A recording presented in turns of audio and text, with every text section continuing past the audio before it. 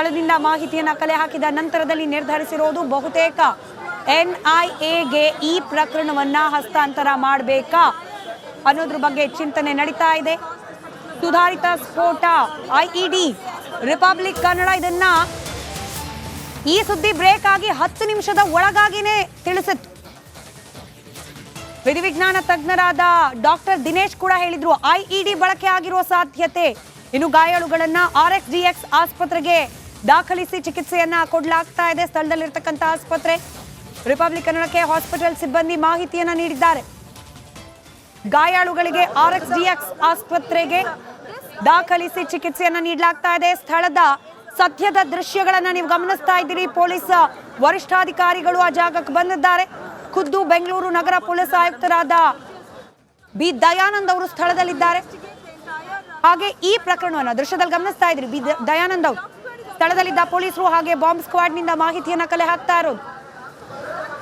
NIAಗೆ ಏನಾದ್ರೂ ಈ ಪ್ರಕರಣದ ತನಿಖೆಯನ್ನ ವರ್ಗಾವಣೆ ಮಾಡಬೇಕಾ? ಯಾಕಂತಂದ್ರೆ ಅನುಮಾನ ಬರ್ತಿರೋದು IED ಬಳಕೆ ಮಾಡಿ ಸ್ಫೋಟ ಆಗಿರಬಹುದು ಅಂತ ಹೇಳಿ. ಹೀಗಾಗಿ ಮತ್ತಷ್ಟು ಇನ್ ಡೀಟೇಲ್ಡ್ ಆದ ತನಿಖೆಯ ಅವಶ್ಯಕತೆ ಇರುತ್ತೆ.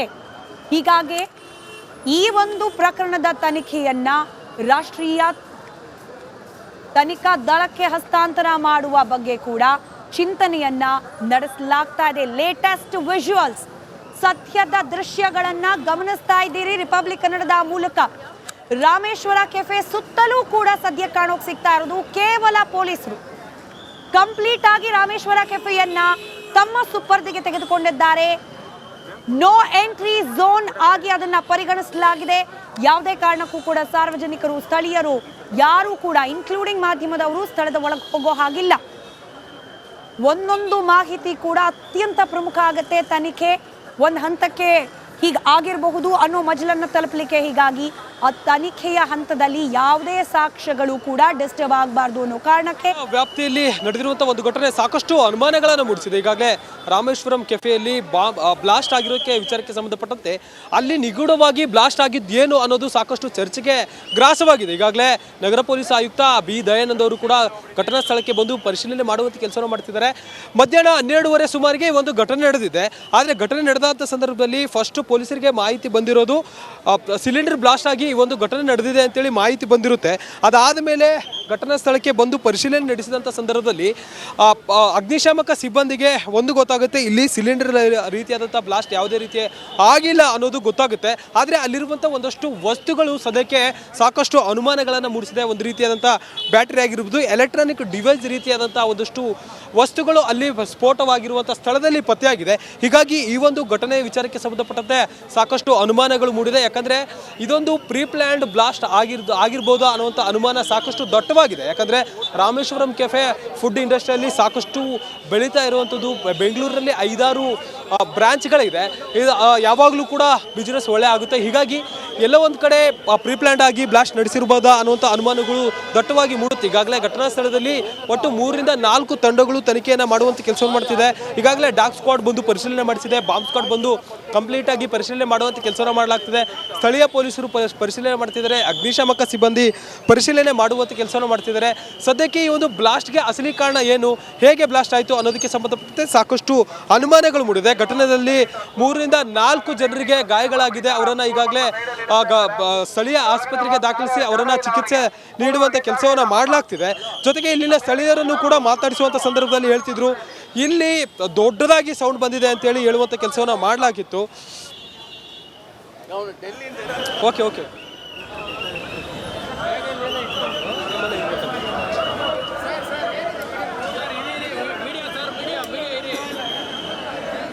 ರಾಮೇಶ್ವರಂ ಕೆಫೆಯಲ್ಲಿ ಇದೀಗ ನೋಡ್ತಾ ಇದ್ದೀವಿ. ಆಲ್ರೆಡಿ ಪೊಲೀಸ್ ಕಮಿಷನರ್ ಕೂಡ ಬಂದಿದ್ದಾರೆ. ಸಾಕಷ್ಟು ದೊಡ್ಡ ಪ್ರಮಾಣದಲ್ಲಿ ಜನಸಂದಣಿ ಕೂಡ ಜಮಾಯಿಸಿದೆ. ಅಲ್ಲಿ ಪೊಲೀಸರು ಕೂಡ ಸಾಕಷ್ಟು ದೊಡ್ಡ ಸಂಖ್ಯೆಯಲ್ಲಿ ಬಂದಿದ್ದಾರೆ. ದಯಾನಂದ್ ಅವ್ರನ್ನ ನೋಡ್ತಾ ಇದ್ದೀರಿ. ಬೆಂಗಳೂರು ಪೊಲೀಸ್ ಕಮಿಷನರ್ ದಯಾನಂದ್ ಅವರು ಅಲ್ಲಿ ಪರಿಶೀಲನೆ ನಡೆಸ್ತಾ ಇದ್ದಾರೆ. ಅವರ ಸಿಬ್ಬಂದಿ, ಅವರ ತಂಡ, ಅವರೆಲ್ಲರೂ ಕೂಡ ಅಲ್ಲಿ ಏನು ನಡೆದಿದೆ ಅನ್ನೋದರ ಸೂಕ್ಷ್ಮವಾದ ಪರಿಶೀಲನೆಯನ್ನ ನಡೆಸ್ತಾ ಇದ್ದಾರೆ. ಇಂಚಿಂಚು ಪರಿಶೀಲನೆ. ರಾಮೇಶ್ವರಂ ಕೆಫೆ ಮುಂದಿದ್ದೀನಿ ಘಟನಾ ಸ್ಥಳದಲ್ಲಿ ಏನಾಗಿದೆ ಅನ್ನೋದನ್ನ ಪೊಲೀಸರು ಕೂಡ ತೀವ್ರ ತನಿಖೆಯನ್ನು ನಡೆಸುವಂಥ ಕೆಲಸವನ್ನು ಮಾಡ್ತಿದ್ದಾರೆ. ಮಧ್ಯಾಹ್ನ 12:30 ಸುಮಾರಿಗೆ ನಡೆದಿರುವಂಥ ಈ ಒಂದು ಘಟನೆ ಕೆಫೆಯಲ್ಲಿ ಏನಾಗಿದೆ ಅನ್ನೋದನ್ನ ಸದ್ಯಕ್ಕೆ ಪೊಲೀಸರು ಪತ್ತೆ ಹಚ್ಚುವಂತ ಕೆಲಸವನ್ನು ಮಾಡ್ತಿದ್ದಾರೆ. ಒಟ್ಟು 4 ಟೀಮ್ ಈ ಒಂದು ಸ್ಥಳದಲ್ಲಿ ಪರಿಶೀಲನೆ ಮಾಡುವಂತ ಕೆಲಸವನ್ನು ಮಾಡಲಾಗ್ತಿದೆ. ಒಂದು ಡಾಗ್ ಸ್ಕ್ವಾಡ್ ಆಗಿರ್ಬೋದು, ಬಾಂಬ್ ಸ್ಕ್ವಾಡ್ ಆಗಿರ್ಬೋದು, ಸ್ಥಳೀಯ ಪೊಲೀಸರು. ಈಗಾಗಲೇ ಕಮಿಷನರ್ ದಯಾನಂದ್ ಅವರು ಕೂಡ ಘಟನಾ ಸ್ಥಳಕ್ಕೆ ಬಂದು ಭೇಟಿ ನೀಡುವಂತ ಕೆಲಸವನ್ನು ಮಾಡಿದ್ದಾರೆ. ACP DCP ಈಗಾಗಲೇ ಘಟನಾ ಸ್ಥಳದಲ್ಲಿ ಕಳೆದ 1 ಗಂಟೆಯಿಂದಲೂ ಕೂಡ ಪರಿಶೀಲನೆ ಮಾಡುವಂತ ಕೆಲಸವನ್ನು ಮಾಡ್ತಿದ್ದಾರೆ. ಮಧ್ಯಾಹ್ನ 12ವರೆಗೆ ಬೇಸಿಂಗ್ ಅಂದರೆ ಕೈ ತೊಳೆಯುವಂಥ ಜಾಗದಲ್ಲಿ ಈ ಒಂದು ಬ್ಲಾಸ್ಟ್ ಆಗಿದೆ ಅನ್ನೋದು ಪ್ರಾಥಮಿಕ ಹಂತವಾಗಿ ಮಾಹಿತಿ ಸಿಕ್ಕಿತ್ತು. ಪೊಲೀಸರಿಗೆ ಬಂದಿರುವಂಥ ಫಸ್ಟ್ ಮಾಹಿತಿ ಏನಾಗಿತ್ತು ಅಂದರೆ ಸಿಲಿಂಡರ್ ಬ್ಲಾಸ್ಟ್ ಆಗಿ ಈ ಒಂದು ಘಟನೆ ನಡೆದಿದೆ ಅನ್ನುವಂಥ ಒಂದಷ್ಟು ಮಾಹಿತಿಗಳು ಕೂಡ ಗೊತ್ತಾಗಿತ್ತು. ಆದರೆ ಘಟನಾ ಸ್ಥಳಕ್ಕೆ ಬಂದು ಪರಿಶೀಲನೆ ಮಾಡಿದಂಥ ಸಂದರ್ಭದಲ್ಲಿ ಸಾಕಷ್ಟು ಅನುಮಾನಗಳನ್ನು ಮೂಡಿಸಿದೆ. ಅಲ್ಲಿ ಒಂದಷ್ಟು ಬೇರೆ ಬೇರೆ ರೀತಿಯಾದಂಥ ವಸ್ತುಗಳು ಗೊತ್ತಾಗಿದೆ, ಬ್ಯಾಟರಿ ರೀತಿ ಇದೆ ಅಂತ ವಸ್ತುಗಳು ಕೂಡ ಪತ್ತೆಯಾಗಿದೆ. ಜೊತೆಗೆ ಆ ಒಂದು ಬ್ಲಾಸ್ಟ್ ಆಗಿರುವಂಥ ಸಂದರ್ಭದಲ್ಲಿ ಕ್ರೈಮ್ ಸೀನ್ ಅಬ್ಸರ್ವ್ ಮಾಡಿದಂಥ ಸಂದರ್ಭದಲ್ಲಿ ಒಂದಷ್ಟು ನಟ್ಬೋಟ್ಗಳು ಕೂಡ ಪತ್ತೆ ಆಗಿರುವುದು ಸದ್ಯಕ್ಕೆ ಸಾಕಷ್ಟು ಅನುಮಾನಗಳನ್ನ ಹುಟ್ಟುಹಾಕುವಂತ ಕೆಲಸವನ್ನ ಮಾಡಲಾಗಿದೆ. ಈಗಾಗಲೇ ಘಟನಾ ಸ್ಥಳಕ್ಕೆ ಬಾಂಬ್ ಸ್ಕ್ವಾಡ್ಗಳು ಬಂದು ಈಗಷ್ಟೇ ಬಾಂಬ್ ಸ್ಕ್ವಾಡ್ ಬಂದಿತ್ತು, ಅದೆಲ್ಲವನ್ನು ಕೂಡ ಪರಿಶೀಲನೆ ಮಾಡುವಂತ ಕೆಲಸವನ್ನು ಮಾಡ್ತಿದ್ದಾರೆ. ಮತ್ತೊಂದು ಕಡೆ COP ಅಂದ್ರೆ ಕ್ರೈಮ್ ಆಫ್ ಸೀನ್ ಆಫೀಸರ್ ಕೂಡ ಬಂದು ಈ ಒಂದು ಪರಿಶೀಲನೆ ಮಾಡುವಂತ ಕೆಲಸವನ್ನ ಮಾಡಲಾಗುತ್ತೆ. FSL ತಂಡಗಳಿದೆ, 4-5 ತಂಡಗಳಿಂದ ಈ ಒಂದು ಘಟನೆಗೆ ಸಂಬಂಧಪಟ್ಟಂತೆ ಎಲ್ಲವನ್ನು ಕೂಡ ಇನ್ಸ್ಪೆಕ್ಟ್ ಮಾಡುವಂತ ಕೆಲಸವನ್ನ ಮಾಡಲಾಗ್ತದೆ. ಅಸಲಿಗೆ ಈ ಒಂದು ಘಟನೆ ಆಗಿದ್ದು ಹೇಗೆ ಅನ್ನೋದು ಸದ್ಯಕ್ಕೆ ಇರುವಂತ ದೊಡ್ಡ ಅನುಮಾನ. ಅದರಲ್ಲೂ ಕೂಡ ಈ ರೀತಿಯಾದಂಥ ವಿಚಿತ್ರವಾಗಿ ನಿಗೂಢವಾದಂಥ ವಸ್ತುವಿಂದ ಬ್ಲಾಸ್ಟ್ ಆಗೋದಕ್ಕೆ ಕಾರಣ ಏನು ಅನ್ನೋದಕ್ಕೆ ಸಂಬಂಧಪಟ್ಟಂತೆ ತನಿಖೆಯನ್ನು ನಡೆಸಬೇಕಾಗುತ್ತೆ. ಈಗಾಗಲೇ ಸುತ್ತಮುತ್ತಲಿನ ಒಂದಷ್ಟು CCTVಗಳನ್ನು ಪರಿಶೀಲನೆ ಮಾಡುವಂಥ ಕೆಲಸವನ್ನು ಮಾಡಲಾಗ್ತಿದೆ. ಜೊತೆಗೆ ಒಂದು ಟೀಮ್ ಒಳಗಡೆಯೇ ಅಂದರೆ ರಾಮೇಶ್ವರಂ ಕೆಫೆಯಲ್ಲಿರುವಂತಹ ಎಲ್ಲ CCTVಗಳನ್ನು ಕೂಡ ಪರಿಶೀಲನೆ ಮಾಡುವಂಥ ಕೆಲಸವನ್ನು ಮಾಡ್ತಿದ್ದಾರೆ. ಸಾಕಷ್ಟು ಜನ ಗ್ರಾಹಕರು ಈ ಒಂದು ರಾಮೇಶ್ವರಂ ಕೆಫೆಗೆ ಬಂದಿರ್ತಾರೆ. ಅದರಲ್ಲಿ ಯಾರಾದರೂ ಅನುಮಾನಾಸ್ಪದವಾಗಿ ಓಡಾಡಿದ್ರಾ ಏನು ಅನ್ನೋದಕ್ಕೆ ಸಂಬಂಧಪಟ್ಟಂತೆ ಒಂದಷ್ಟು ತನಿಖೆಯನ್ನು ನಡೆಸುವಂಥ ಕೆಲಸವನ್ನು ಮಾಡ್ತಿದ್ದಾರೆ. ಬ್ಯಾಗ್ ಹಾಕಿಕೊಂಡು ಬಂದಿರುವಂಥ ಯಾರಾದರೂ ಅನುಮಾನಾಸ್ಪದ ವ್ಯಕ್ತಿಗಳು ಅಲ್ಲೇನಾದರೂ ಬ್ಯಾಗ್ಗಳನ್ನು ಇಟ್ಟಿದ್ರಾ, ಯಾವ ರೀತಿ ಆಗಿದೆ, ಬ್ಲಾಸ್ಟ್ ಆಗೋದಕ್ಕೂ ಕೂಡ ಮುಂಚೆ ಏನೆಲ್ಲ ಆಗಿದೆ ಅನ್ನೋದಕ್ಕೆ ಸಂಬಂಧಪಟ್ಟಂತೆ ಹಾಗೆ ಅಲ್ಲಿ ಇರುವಂಥ ಎಲ್ಲವನ್ನೂ ಕೂಡ ಪರಿಶೀಲನೆ ಮಾಡುವಂಥ ಕೆಲಸವನ್ನು ಮಾಡಲಾಗ್ತಿದೆ. ಸದ್ಯಕ್ಕೆ ತನಿಖೆಯನ್ನು ನಡೆಸಿದ್ದಾರೆ. ಇದ್ರ ಬಗ್ಗೆ ಹೆಚ್ಚಿನ ಮಾಹಿತಿಯನ್ನು ಸದ್ಯಕ್ಕೆ ನಮ್ಮ ಆ್ಯಂಕರ್ ನಾಗೇಂದ್ರ ಬಾಬು ಅವರು ನೀಡುವಂಥ ಕೆಲಸವನ್ನು ಮಾಡ್ತಿದ್ದಾರೆ. Over to Nagendra Babu.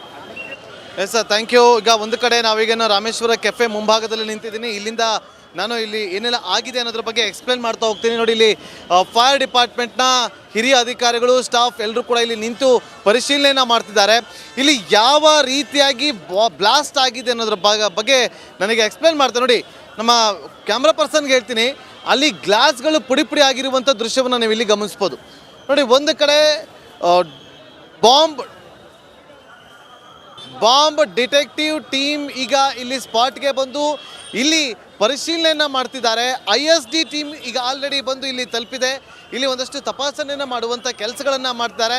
ನಾವೀಗೇನು ಗಮನಿಸ್ತಾ ಇದ್ದೀವಿ, ಗ್ಲಾಸ್ಗಳು ಪುಡಿ ಪುಡಿ ಆಗಿದೆ. ಸೊ ಯಾವ ಸ್ಫೋಟದ ಒಂದು ಪರಿಣಾಮ ಅಲ್ಲಿ ಗ್ಲಾಸ್ಗಳು ಪುಡಿ ಪುಡಿ ಆಗಿದೆ ಅನ್ನೋದು ಇಲ್ಲಿ ಸ್ಪಷ್ಟವಾಗಿ ಗೊತ್ತಾಗ್ತಾ ಇದೆ. IED ಬಳಕೆ ಮಾಡಲಾಗಿದೆಯಾ ಅನ್ನೋದು ಕೂಡ ಇಲ್ಲಿ ಒಂದಷ್ಟು ಅನುಮಾನಗಳಿಗೆ ಕಾರಣವಾಗ್ತದೆ. ಎಕ್ಸ್ಪ್ಲೋಸಿವ್ ಡಿವೈಸ್ ಅನ್ನ ಬಳಕೆ ಮಾಡಿರಬಹುದು ಅನ್ನುವ ಅನುಮಾನವನ್ನು ವ್ಯಕ್ತಪಡಿಸಲಾಗ್ತಾ ಇದೆ. ಒಂದು ಕಡೆ ಪೊಲೀಸ್ ಕಮಿಷನರ್ ಆಗಿರುವಂಥ B ದಯಾನಂದ್ ಅವರು ಬಂದು ಒಂದಷ್ಟು ಮಾಹಿತಿಗಳನ್ನು ಕಲೆ ಹಾಕ್ತಿದ್ದಾರೆ. ನೋಡಿ, ಮಧ್ಯಾಹ್ನ 1 ಗಂಟೆ ಸುಮಾರಿಗೆ ಪ್ರಮುಖವಾಗಿ ಫೈರ್ ಡಿಪಾರ್ಟ್ಮೆಂಟ್ಗೆ ಒಂದು ಕರೆ ಹೋಗುತ್ತೆ. ಇಲ್ಲಿ ಸಿಲಿಂಡರ್ ಬ್ಲಾಸ್ಟ್ ಆಗಿದೆ ಅಂತೇಳಿ ಯಾರೊಬ್ಬರು ಪಬ್ಲಿಕ್ ಕರೆ ಮಾಡಿ ಮಾಹಿತಿಯನ್ನು ಕೊಡ್ತಾರೆ. ತಕ್ಷಣಕ್ಕೆ ಅಗ್ನಿಶಾಮಕ ದಳ ಸಿಬ್ಬಂದಿ ಇಲ್ಲಿಗೆ ಆಗಮಿಸಿ ಇಲ್ಲಿ ಒಂದಷ್ಟು ಮಾಹಿತಿಯನ್ನು ಕಲೆ ಹಾಕಿ ಜೊತೆಗೆ ಇಲ್ಲಿ ಏನಾಗಿದೆ ಅಂತೇಳಿ ಪರಿಶೀಲನೆ ಮಾಡಿದಾಗ ನೋಡಿ, ಅಲ್ಲಿ ಘಟನೆ ಆಗಿರುವಂಥ ಜಾಗದಲ್ಲಿ ಈಗ ಪೊಲೀಸರು ನಿಂತು ಅಲ್ಲಿ ಪರಿಶೀಲನೆ ಮಾಡ್ತಾರೆ. ಅಲ್ಲಿ ಅವರು ಗಮನಿಸಿದಾಗ ಅಲ್ಲಿ ಸಿಲಿಂಡರ್ ಯಾವುದು ಕೂಡ ಕಂಡು ಬರೋದಿಲ್ಲ. ಅಂದರೆ ಇಲ್ಲಿ ಸಿಲಿಂಡರ್ ಬ್ಲಾಸ್ಟ್ ಆಗಿಲ್ಲ ಅನ್ನೋದು ಇಲ್ಲಿ ಸ್ಪಷ್ಟವಾಗಿ ಗೊತ್ತಾಗುತ್ತೆ. ನೋಡಿ, ಮತ್ತೊಂದು ಕಡೆ ಪೊಲೀಸರು ಪರಿಶೀಲನೆ ಮಾಡ್ತಿದ್ದಾರೆ. ಸೊ ಅಂದರೆ ಅಲ್ಲಿ ಆ ಒಂದು ಜಾಗದಲ್ಲಿ ಬ್ಲಾಸ್ಟ್ ಆಗಿದೆ ಅನ್ನೋ ಮಾಹಿತಿಯನ್ನು ಈಗ ನಮಗೆ ಸಿಗ್ತಾ ಇರುವಂಥದ್ದು. ಅಲ್ಲಿಂದ ನೋಡಿ ಅದರ ಒಂದು ಎಫೆಕ್ಟ್ ಯಾವ ರೀತಿಯಾಗಿ ಪರಿಣಾಮ ಬೀರಿದೆ ಅನ್ನೋದನ್ನು ನೋಡಿ. ಇಲ್ಲಿರುವಂಥ ಗಾಜುಗಳು ಪುಡಿ ಪುಡಿ ಆಗಿದೆ. ಈ ಹೋಟೆಲ್ನಲ್ಲಿದ್ದಂಥ ಸುಮಾರು ಜನರಿಗೆ ಅಂದರೆ 4 ಜನರಿಗೆ ಗಾಯಗಳಾಗಿದೆ ಅನ್ನೋ ಮಾಹಿತಿ ಕೂಡ ಲಭ್ಯವಾಗಿದೆ. ಸ್ಥಳೀಯ ಆಸ್ಪತ್ರೆಗೆ ಅವರನ್ನು ದಾಖಲು ಮಾಡಲಾಗಿದೆ. ಜೊತೆಗೆ ನೋಡಿ, ಇಲ್ಲಿ ಸಂಪೂರ್ಣವಾಗಿ ಇಲ್ಲಿನ ಚಿತ್ರಣವನ್ನು ತೋರಿಸುವಂಥ ಕೆಲಸವನ್ನು ಮಾಡ್ತೀವಿ. ಇಲ್ಲಿ ಪೊಲೀಸರು ನೋಡಿ, ಇಷ್ಟು ದೊಡ್ಡ ಮಟ್ಟದಲ್ಲಿ ಪೊಲೀಸರು ಆಗಮಿಸಿದ್ದಾರೆ ಅಂತಂದರೆ ಇಲ್ಲಿ ಒಂದು ಸ್ಪಷ್ಟವಾಗಿ ಗೊತ್ತಾಗ್ತಾ ಇರುವಂಥದ್ದು ಸಮಥಿಂಗ್ ಏನೋ ಇಲ್ಲಿ ಆಗಿದೆ ಅನ್ನುವ ವಿಚಾರಗಳು. ಸೊ ಇಲ್ಲಿ ಏನಾದರೂ ಒಂದು ಸ್ಫೋಟಕ ವಸ್ತುಗಳನ್ನು ತಂದು ಇಟ್ಟಿದ್ದಾರಾ ಅನ್ನೋ ಅನುಮಾನಗಳು ವ್ಯಕ್ತವಾಗ್ತಾ ಇದೆ.